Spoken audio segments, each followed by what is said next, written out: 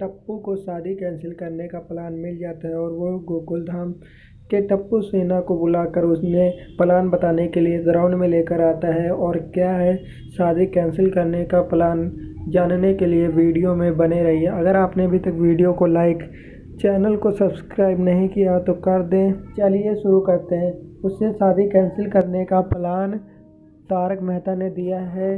वो तारक मेहता कहते हैं, अगर तुम किसी साधु यानी कि महापुरुष द्वारा कहलवा दो कि अगर तुम्हारी कुंडली में दोष है, तुम्हारी शादी अभी नहीं हो सकती, जिस करके तुम्हारी शादी कैंसिल हो जाएगी।